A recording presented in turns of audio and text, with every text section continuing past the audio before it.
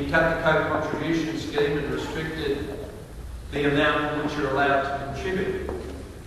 He said it was a lie to say that he would affect private health insurance, and yet in the budget we had in May, means tests have been put on private health insurance, and that's just the thin edge of the wedge. He said he'd take Japan to the International Court for whaling abuses, but we haven't heard any more of that.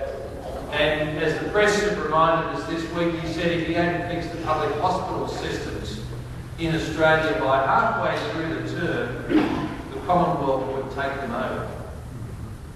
We're exactly halfway through the term. I don't think he's going to take them over. Mind you, I don't think you'd improve them if the Commonwealth did take them over. But that's not really the point, is it? When we were saying before the election that it wasn't feasible for a Commonwealth takeover, he said that we were off his game, that he'd do it, that he was a man of action, that he'd end the blame game, that the hospitals would be fixed because he said the buck stops with me. I only have one proposition to put to you tonight. If you're willing to win a vote on a false promise, you should take the flak for breaking. I didn't thought for a moment he would get that promise, but there would have been Australians who did. And if you are willing to take their votes on the basis of a false promise, then you should take the electoral punishment for breaking. It's called accountability. If you're willing to say to people the buck stops with me, then the buck should stop with you. The buck should stop with you. And it's not enough to excuse it or to say it was unrealistic. Or as some of the commentators say, how responsible of them to break their promises? It's not responsibility, it's old-fashioned deceit. Accountability in Australian politics means holding people to account for the promises they've made.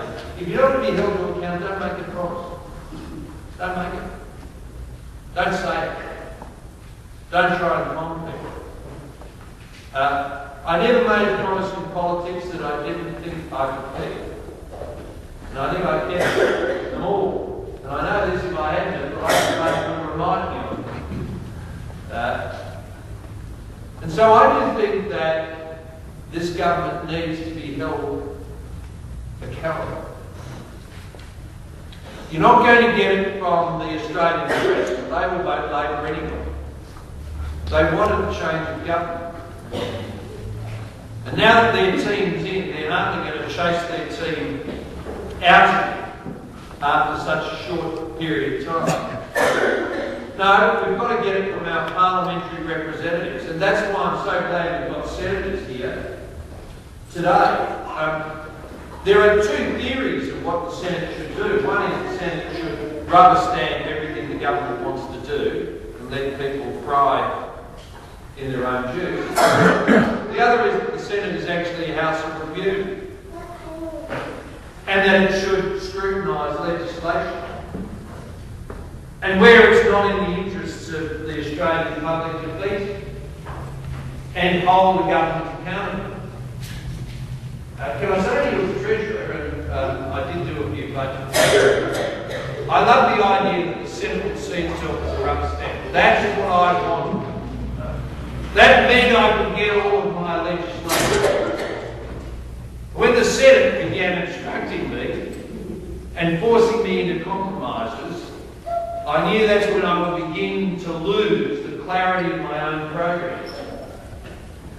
Now, they were bad senators, they were Labor senators. They deserve all the programs of getting in the way of my good policy, but you're good senators! And Labor's policies are bad policies, and they're bad for Australia, and you've got to hold them to account. And if I may say so, the Liberal Party's got to show that it stands for something. Let me tell you, 4 million people voted for us in the 2007 election. They weren't all wrong. I actually think they were the right ones. And they're looking to you to represent GST. The moment we won it, do you think the Labor Party turned around and said, "You won the election, we'll introduce your GST"? No, they made it as hard as possible. They tried to eke out every vote. Everybody knew that was in Australia's interest. Nobody in their right mind today is saying, let's get rid of GST, are they? Nobody. Not Kevin Rudd, not Wayne Swan, not Lindsay Tanner, nobody. But they did everything they could to stop it. Even after we won an election on it. Never seen a clearer mandate in all my days in politics than that 98 election. There was no other issue in that election except GST.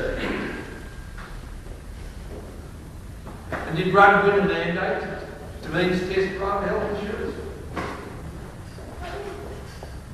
Did he win a mandate to change our superannuation reform? You have every right indeed, in fact I'll say a responsibility in the Senate to hold the government accountable. And if the Senate doesn't want to hold the government accountable, people are going to say to themselves, why have Senate? Why have Senate? We might as well become a unicameral system of government. Let me make this point. No state will be more disadvantaged by a unicameral system of government than Tasmania.